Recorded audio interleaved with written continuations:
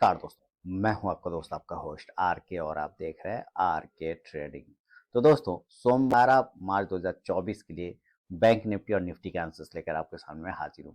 अगर ये वीडियो और आंसर्स पसंद आए तो जरूर फीडबैक करें, कमेंट करें और अगर कोई सुझाव हो तो मुझे जरूर बताएं। लेकिन अगर आप मेरे इन लेवल्स पर ट्रेड करते हैं तो कृपया अपने फाइनेंशियल एडवाइजर से सलाह मशवरा करके ही ट्रेड करें, क्योंकि आपके लाभ और नुकसान की जिम्मेदारी चैनल की बिल्कुल भी नहीं होगी। तो डिस्क्लेमर को ध्यान में रखिए। सबसे पहले बैंक निफ्टी की तरफ में, तो बैंक निफ्टी देखिए 2 दिनों से बिल्कुल डोजी बना रहा है ना। लास्ट आपको 14 तारीख को भी डोजी बनाया, 15 तारीख को भी डोजी बनाया, नीचे लो लगाया 46,300 वाला एरिया चला गया, यानी कि 400 के आसपास समझिए 350, और वहां से फिर रिकवरी भी 600 तक की, यानी कि 250 पॉइंट गया है, ऐसा नहीं कि नहीं गया है। 310 का लो लगाया और वहां से चला गया आपका 594, लेकिन 300 पॉइंट पकड़िए कि चला गया रिकवरी। लेकिन ऊपर रजिस्टेंस भी 46,800 का, और वहां से फिर अगर क्लोजिंग कर रहा है 600 पे तो 200 पॉइंट का रिजेक्शन भी दिख रहा है। तो ऊपर रेजिस्टेंस भी है और नीचे सपोर्ट भी, ये भी दिख रहा है। ये जो बड़ी वाली कैंडल है ना, इसका प्राइस था 46,200। इसके नीचे जाने पर तेज गिरावट देखने को मिलेगा और ये 45,500 तक के एरिया को क्लेम कर सकता है, इसकी संभावना बनता है। और ऊपर अगर ये अपने हाई को ब्रेक कर जाए तो फिर मजा आ जाता है, लेकिन फिलहाल हाई कितना हुआ 46,800, अगर उसके ऊपर निकलेगा तो मजा आएगा। अब क्या हो सकता है सोमवार के दिन, इसका थोड़ा सा विचार विमर्श कर लेते हैं। देखिए, ये यहाँ पर अगर आप ध्यान से देखेंगे ना, तो ये एरिया में एक राउंडिंग बॉटम बनाने का ये कोशिश करा। आप देख रहे हैं यहाँ से ये इस तरह से, सॉरी, ये इस तरह से एक राउंडिंग बॉटम बनाने का कोशिश कर रहा है यहाँ पर, ठीक है। तो ये जो एरिया आता है ना, ये आता है 46,800 का एरिया, 750 से लिख रहा है, मैं राउंड नंबर 46,800 का पकड़ के चल रहा हूँ कि इस एरिया के ऊपर निकलने के बाद फिर आपको तेजी देखने को मिल सकता है। अभी 46,600 पे क्लोज कर रहा है, तो अब मान लेते हैं कि उतना देर कौन वेट करता है भाई, कि 800 के ऊपर जाएगा तो लेंगे। बहुत सारे लोग जल्दीबाजी वाला ट्रेड लेते हैं, तो एक ट्रेंड लाइन का यूज यहाँ पे करेंगे उस एरिया को और कम करने के लिए, और इसको यहाँ से ले जाके जोड़ देंगे, ठीक है। अब यहाँ पर से लेकर जोड़े हैं, लेकिन हमें चाहिए कम से कम इस ट्रेंड लाइन का भी ब्रेकआउट अगर हो जाता है, हालांकि हमें चाहिए बहुत ही बढ़िया वाला रेजिस्टेंस एरिया जिसको ब्रेक करे। तो अभी फिलहाल हम इस नजदीकी जो रेजिस्टेंस एरिया है इसको पकड़ेंगे, क्योंकि यहाँ से कंसोलिडेट होकर गिर जा रहा है, जिसका भाव आता है 47,200 का। तो 47,200 तो ब्रह्म लकीर है, उसके ऊपर जाने पर फिर तेजी देखने को मिलेगा। और इस तरह से भी अगर देखते हैं तो 46,700 के ऊपर इस ट्रेंड लाइन का ब्रेकआउट हो जाएगा। 46,700 के ऊपर एक ट्रेंड लाइन का ब्रेकआउट हो जाएगा और वहां से एक बाइंग पॉसिबिलिटी बनता है। लेकिन अगर ये 46,800 के ऊपर सस्टेन कर गया तो यहाँ से आपको और अच्छी बाइंग देखने को मिलेगा, क्योंकि पहले ही बताया एक राउंडिंग बॉटम बना रहा है। तो 46,800 के ऊपर सस्टेन करने के बाद अच्छी तेजी बनेगा और रिस्की ट्रेडिंग बाइंग लेवल 46,700 के ऊपर। इस कंडीशन से जो आपके टारगेट बनेंगे, अगर 46,700 पर लेते हैं तो इसका टारगेट बन जाएगा आपका 46,800। पहला टारगेट 46,800, और 46,800 के ऊपर सस्टेन करने पर 46,900 से लेके 47,000। बड़ा वाला जो टारगेट है वो 47,100 से लेके 47,200। इसके ऊपर फिलहाल अभी हम चांस नहीं देखेंगे। कुछ अच्छी बातें हो गई तो अलग बात है, अदरवाइज 47,200 जाते जाते थक जाएगा। ये वापस से रेजिस्टेंस बन चुका है, तो यहाँ पर आपको बिकवाली भी करना चाहिए। 47,200 के आसपास में ये रेजिस्टेंस एरिया है। कॉल ऑप्शन की तरफ में ध्यान देंगे तो 46,800 के स्ट्राइक प्राइस का आप कॉल ऑप्शन देख सकते हैं, ध्यान रख सकते हैं। इंडेक्स ऊपर जाने पे ये कॉल ऑप्शन ऊपर जाके प्रॉफिट देगा। ऐसा नहीं हुआ और अपने इस लोएस्ट एरिया को ब्रेक करेगा तो सेल करेंगे। लेकिन इस एरिया पर पता है कितना का पॉइंट है, इस एरिया पे तो 46,300 का जगह है ना। तो कहाँ 600 पे क्लोज कर रहा है, तो 46,300 के नीचे आने पर सेल करेंगे? बिल्कुल नहीं। तो एक रिस्क लिया जा सकता है इस जगह पे, तो कितने का रिस्क बनेगा, तो यहाँ पर एक कैंडल आता है 46,400 के आसपास का।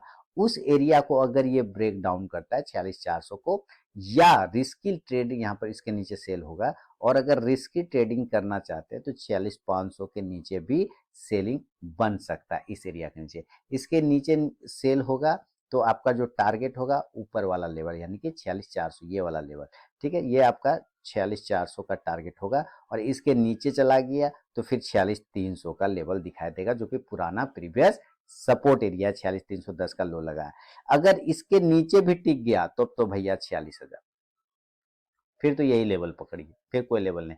तो एक चांस है कि 46,300 से रिकवरी कर जाए, एक चांस बनेगा कि 46,300 से रिकवरी दिखा जाए। नहीं दिखाया तो 46,000 तक का लेवल आने की संभावना बन सकता है। पुट ऑप्शन 46,400 के स्ट्राइक प्राइस का लिया जा सकता है। इंडेक्स नीचे आने पे ये पुट ऑप्शन ऊपर जाके प्रॉफिट देगा। ये सिनेरियो बनता हुआ नजर आ रहा है फिलहाल। ऐसा नहीं हुआ इन केस मान लेते हैं और ये डायरेक्टली इस तरह से गैप अप खुल गया, मान लीजिए गैप अप की तरफ में भागता है, तो गैप अप तो भाई 47,200 के आसपास जितना नजदीक खुले उतना जल्दी सेल हो जाएगा, है ना।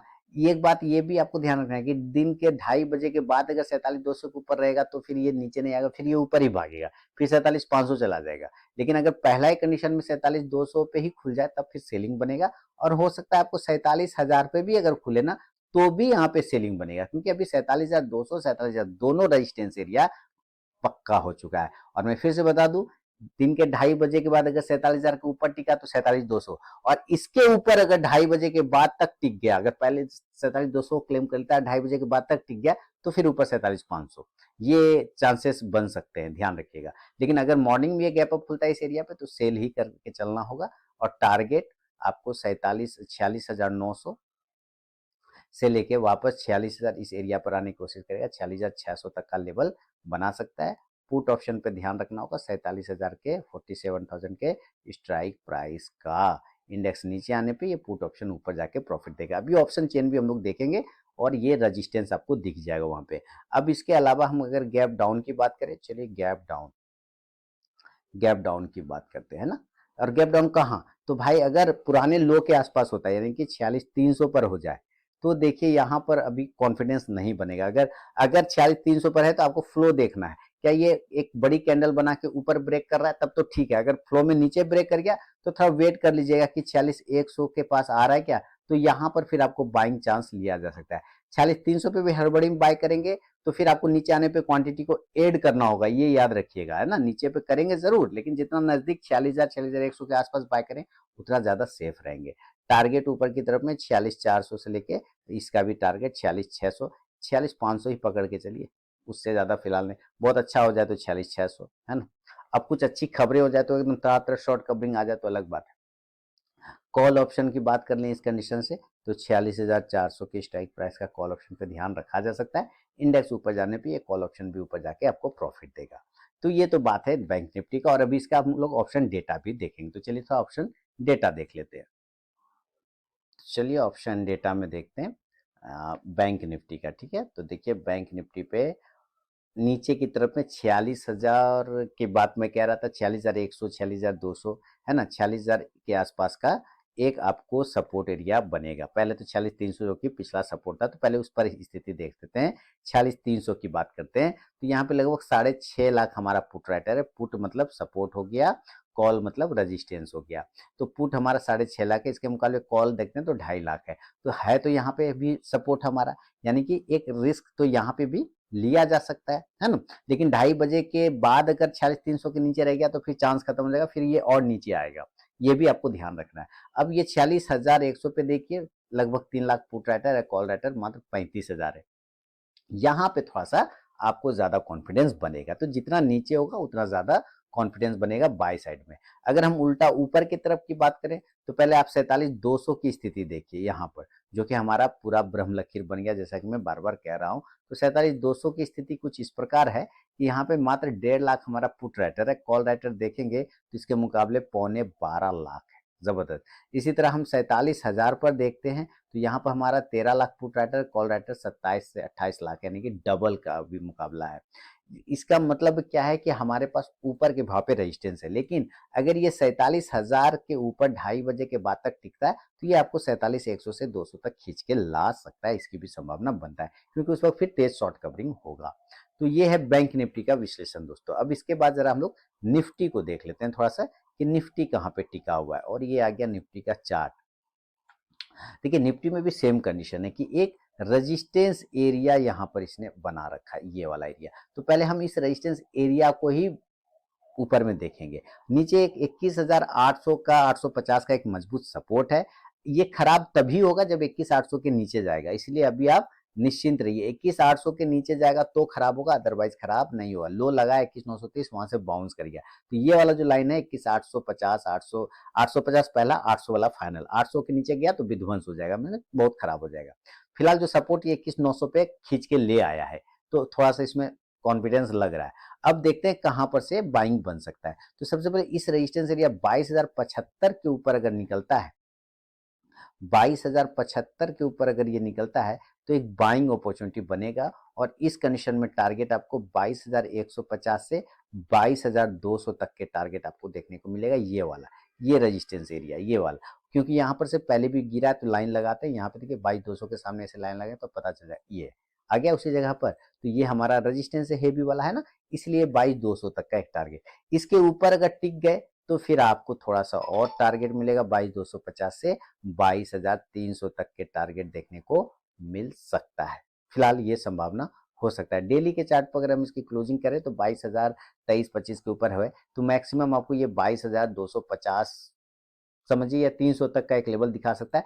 वो भी तब दिखाएगा 22,200 के ऊपर अगर ये टिका हुआ रह गया 2-2:30 बजे तक, तब ये 22,300 तक का क्लेम करके देगा।